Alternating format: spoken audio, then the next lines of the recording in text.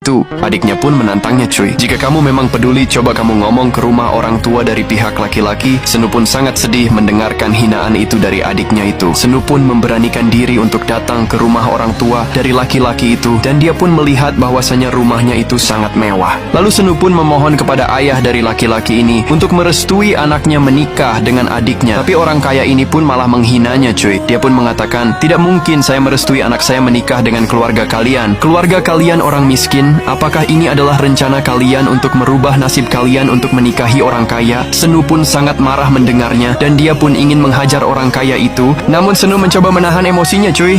Karena apabila dia emosi, maka masalahnya bisa lebih panjang. Senu pun hanya bisa terdiam. Lalu dia pun pulang dari rumah orang kaya itu. Karena dia hanya mendapatkan hinaan. Senu pun sangat sedih hatinya. Saat bekerja, dia pun jadi tidak semangat cuy. Namun anak sultan ini pun tahu bahwasanya Senu sedang ada masalah. Anak sultan pun menanyakan apa yang terjadi, namun Senu enggan untuk bercerita. Tapi anak sultan ini pun memaksanya. Akhirnya Senu pun bercerita, dan dia pun mengatakan, saya baru saja dihina oleh orang kaya karena adik saya mau menikah dengan anaknya. Lalu saya memohon ke rumahnya, namun saya dihina karena saya miskin. Adik saya akan kawin lari jika dia tidak jadi menikah, dan ibu pasti akan sedih. Setelah mendengarkan curhatan Senu, dia pun ingin membantunya. Lalu anak sultan ini pun langsung menyuruh sahabatnya untuk mendatangi orang kaya itu cuy. Yang ternyata orang kaya itu adalah karyawannya. Orang kaya itu pun langsung dipanggil dan dia pun langsung melihat bahwasanya bosnya ada di kantornya dan dia pun sangat terkejut. Lalu sahabat anak sultan ini pun menyuruh pria sombong itu untuk merestui pernikahan itu dan meminta maaf kepada Senu. Apabila tidak, maka dia akan dipecat dari perusahaan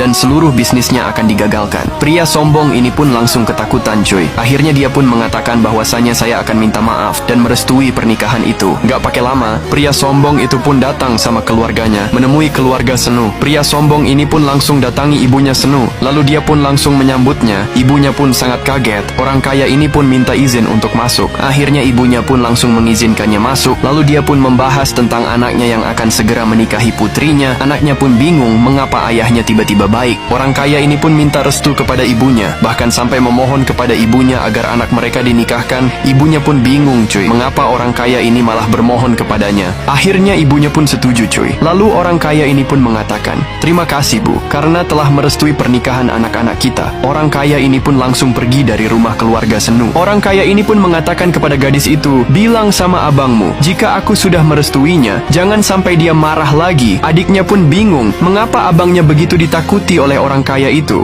Lalu adiknya pun langsung nelpon abangnya cuy, karena adiknya merasa sangat bersalah, selalu menghina abangnya tidak berguna. Adiknya pun sangat berterima kasih kepada abangnya itu, karena abang itu telah membantunya untuk